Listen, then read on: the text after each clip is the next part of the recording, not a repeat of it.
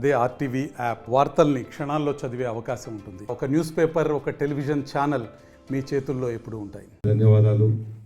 ఇక్కడికి వచ్చిన ప్రతి ఒక్కరికి కూడా పేరు పేరున ధన్యవాదాలు. మీరు చూపిస్తున్న అభిమానానికి చాలా మీకు రుణపడి ఉంటారని కూడా ఈ సభాముఖంగా మీ అందరికీ కూడా తెలియజేస్తున్నాం. ఇప్పుడు గత 10 రోజుల కిందట ఇదే విధంగా మీరు అందరూ వచ్చి నన్ను అడిగితే అప్పుడు ఏం చెప్పాం, మనం జగన్మోహన్ రెడ్డి గౌరవ సీఎం గారు మనకి ఆ సీట్ ఏదైతే ఉందో అది బీసీకి ఇవ్వాలి అనే ఉద్దేశంతో బీసీకి అలాట్ చేస్తున్నాం అని చెప్పటం, ఏదైనా సీటు బీసీకి పోతే మళ్ళీ కనిగిరి కూడా మార్చుకోవచ్చు అనే ఉద్దేశం వాళ్ళకు ఉంది అనేటువంటి ఫీలింగ్స్ కూడా నాకు చెప్పడం జరిగింది. మనం అనుకున్న ప్రకారమే అదృష్టం పొంది కందుకూరికి బీసీకి అలాట్ చేశారు. నేను అప్పుడు అనుకున్నా కందుకూరు బీసీ ఇచ్చినప్పుడు ఆటోమేటిక్గా కనిగిరి కూడా మనకి ఇస్తారేమో, లైన్లో ఉన్నాం కాబట్టి రిపోర్ట్స్ బాగున్నాయి, అన్నీ బాగున్నాయి, పార్టీకి మనం ఎప్పుడు కూడా డిస్టర్బ్ చేయలేం, వైఎస్ఆర్ పార్టీని ఎప్పుడు డిస్టర్బ్ చేయలేం. కాకపోతే తెలుగుదేశం పార్టీలో ఉన్నప్పుడు మామూలుగానే దర్శి సీట్ ఇవ్వడం జరిగింది. ఇక్కడ ఎమ్మెల్యేగా ఉన్నప్పుడు వాళ్ళు దర్శి పంపించడం, ఆ దర్శి నుంచి నాకు ఇంట్రెస్ట్ లేదు, ఏదైనా ఎమ్మెల్యే అయినా అభివృద్ధి చేసినా ఏదైనా నాకు కనిగిరే కావాలని అడిగితే లేదు నువ్వు దర్శిలోనే ఉండాలని వాళ్ళు చెప్పిన దానివల్ల కాదని చెప్పి నేను ఆ రోజే పార్టీకి ఇన్ఛార్జ్ చేయమంటే ఇవ్వని పక్షంలో అదే రోజు పార్టీకి రిజైన్ చేసేసి మన కనిగిరికి వచ్చాం. కనిగిరికి వచ్చినప్పుడు కూడా నేను దర్శిలో నిలబడినప్పటికి కూడా మీ అందరు కూడా నన్ను ఎంతో అభిమానించారు. ఇప్పుడు పరిస్థితుల్లో ఆల్రెడీ ఒకసారి డిక్లేర్ చేసాం. డిక్లేర్ అంటే అభ్యర్థి కాదు, ఇన్ఛార్జ్గా డిక్లేర్ చేసాం. మళ్ళీ ఇన్ఛార్జిని చేసి ఇంకొకరిని పెట్టాలనే ఉద్దేశం కూడా ఉన్నదో లేదో మనకు తెలియదు. మొన్నటిదాకా ఉంది అని అనుకున్నాం లాస్ట్ మీటింగ్లో మనకు వచ్చినప్పుడు. ఇప్పుడు పరిస్థితుల్లో మళ్ళీ తీసి వాళ్ళు ఏమన్నా మార్చి పెట్టగలరా అంటే నిన్న మనకు కనిగిరిలో సమావేశం జరగడం, మన ఎంపీకి అనేటటువంటి చెవిరెడ్డి భాస్కర్ రెడ్డి గారు రావటం, అదేవిధంగా మన జిల్లాకి హెడ్ అయినటువంటి బాలేని శ్రీనివాస్ రెడ్డి గారు రావటం, వాళ్ళు కూడా క్యాండిడేటింగ్గా ఇతనే క్యాండిడేటు, మనం ఇద్దరికే డిక్లేర్ చేయాలి, ఇద్దరిని గెలిపించాలి అని చెప్పి కనిగిరిలో సభలో కూడా అందరికి చెప్పడం జరిగింది. వాళ్ళు డిక్లేర్ చేసిన తర్వాత ఇప్పుడు మనం అభ్యర్థి అతనే నేను అనుకుంటున్నా. ఇంకా మళ్ళీ మార్పులు చేర్పులు ఉండవు అనేది. అంతకుముందు ఉన్నది ఏంటంటే అభ్యర్థి కాదు ఇన్ఛార్జ్ అనుకున్నాం.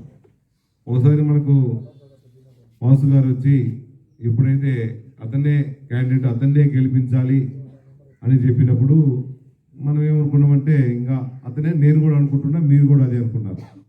దాంతో మన వాళ్ళందరూ కూడా చాలా వరకు కూడా నిరుత్సాహపడ్డారు. అయినా ఇంకా కూడా ఛాన్సెస్ ఉంటాయేమో అనే ఆశ మన వాళ్ళలో ఉంది, నాలో కూడా ఉంది. ఇంకా ఏమైనా మార్పులు జరుగుతాయా జరగవు అంటే అంతకుముందు 90% ఉండేది, ఇప్పుడు 10%కి వచ్చింది. మారుస్తారో మార్చరో తెలియదు. మారన్నప్పుడు మనం ఏదంటే ఒక పార్టీలో ఉన్నాం. పోయినసారి ఏమో తెలుగుదేశం నుంచి ఇక్కడికి వచ్చాం. ఎందుకంటే మన కనిగిరి కావాలి, ప్రాంతీయ అభిమానం, కనిగిరిలోనే ఉండాలి, కనిగిరిలోనే గెలవాలి, మన కనిగిరినే మనం డెవలప్ చేసుకోవాలి అనే ఉద్దేశంతోనే రావడం జరిగింది. మధ్యలో కూడా నన్ను మళ్ళీ దర్శిపోతావు అని కూడా అడగడం జరిగింది. నేను దర్శి కూడా పోనని చెప్పాను. వెల్కమ్ బోర్డు ఇచ్చేసి మనకేమైనా ఎమ్మెల్యే సీటో ఎంపీ సీటో ఇస్తారా? ఆ పరిస్థితి కూడా లేదు. అక్కడ ఆల్రెడీ ఉంది కదా, ఆ విధంగా కూడా ఉంది కదా, అది కూడా మనం ఆలోచించుకోవాలి. ఇండిపెండెంట్గా నిలబడమంటున్నారు, అంతవరకు ఓకే. పార్టీ సంగతి చూద్దాం, పరిస్థితిని అన్ని ఆలోచించి మీ అందరు కానీ అంటే ఇంకా నేను ఇంకోసారి కూడా నేను పార్టీ పెద్దలతో కూడా మాట్లాడతాను. కొంచెం టైం తీసుకొని డెసిషన్ తీసుకోవాల్సి వస్తుంది. సరే కొంచెం మీరు మీ డెసిషన్ తీసుకోండి. కరెక్ట్ అండి, మీ కరెక్ట్ అభిమానం కరెక్టే ఉంది. ఒక ఎన్ని రోజులు తీసుకుంటా, ఇంకా లేనప్పుడు ఇంకా మీ డెసిషన్ మీది, మీ డెసిషన్ మీరు తీసుకోవటం. నేనేం చెప్పగలను? ఇంకా అభిమానం ఉన్న వాళ్ళు ఉండొచ్చు నా ఏమడి.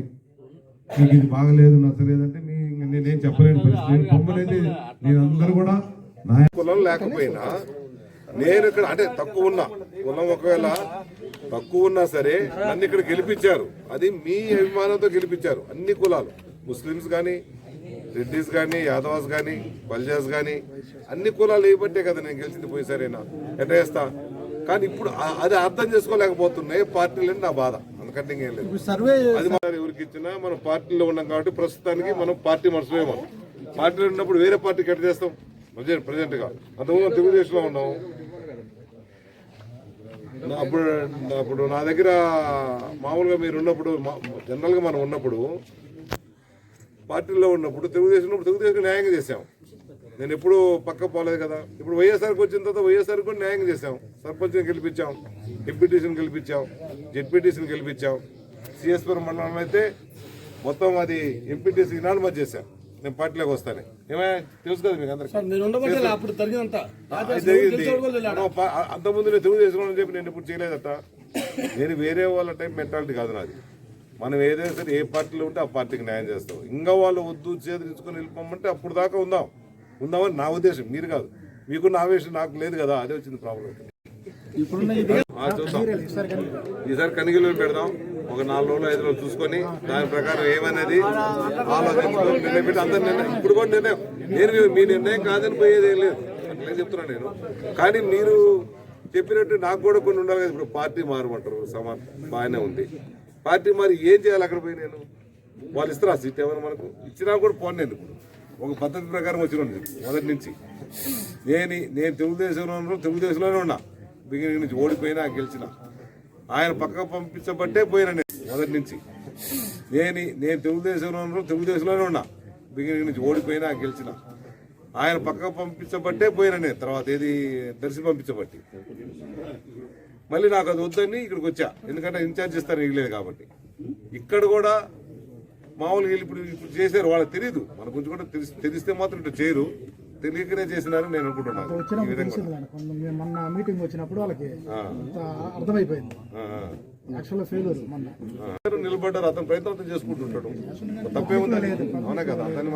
అతన్ని మనం విమర్శించేది కూడా లేదు. సపోర్ట్ ఉంటే మీరు ఎందుకంటే ఇబ్బంది ఏం లేదు. నిదానంగా ఆలోచించుకుని అప్పుడు కదా ఆయన చంద్రబాబు వారం ముందు ఇచ్చినట్టు దర్శించినా కానీ సరే వాళ్ళ ఆలోచనలు వాళ్ళకు ఉంటాయి కదా. అన్నట్టు రాదు కదా. సరే చూసుకోండి. చెప్పేది ఏంటంటే ఒకసారి ఒక సభ పెడతాం కనిగిల్లో నా కోరిక. సభగా స్వామి, బహిరంగ సభగా స్వామి ఒకసారి ర్యాలీ చూపిస్తే తెలుస్తుంది స్వామి. బలం ఎందుకు తెలుస్తుంది? ర్యాలీ ఉంది ఇప్పుడు అంటే నేను అనకూడదు కానీ బాగుంటుంది. పత్రిక వీళ్ళకి చాలా మంది ఉన్నారు. ఈయన ముందు మాట్లాడకూడదు. 300 ఇచ్చి ర్యాలీ పెడితే ఏముంది? జనాలంతా అదే వస్తుంది. మరి మామూలుగా అటువంటి ర్యాలీ నేను అనకూడదు. కాదు అదే నేను పెట్టాలన్నా కూడా ఒక పెద్ద పెట్టవచ్చు. మంది ఒక 50 లక్షలు కాదంటే ఓనట్ లాగేయచ్చు. ఏముంది? అది అభిమానం రావాలి, అభిమానం ఉండాలి. నేను అనేది 4-5 రోజుల తర్వాత మీ భవిష్యత్ కార్యాచరణ ప్రకటిస్తారా? 4-5 రోజుల తర్వాత డెఫినెట్ గా చెప్తాం. 100% గా 4-5 రోజుల తర్వాత ఏం చేయాలి, ఎట్లా నిర్ణయం తీసుకుంటాం అనే కార్యకర్తల మనోభావాల ప్రకారం పోదాం. ఈ లోపల మనకి ఏమన్నా కార్యకర్తలు కాదు, అభిమానులు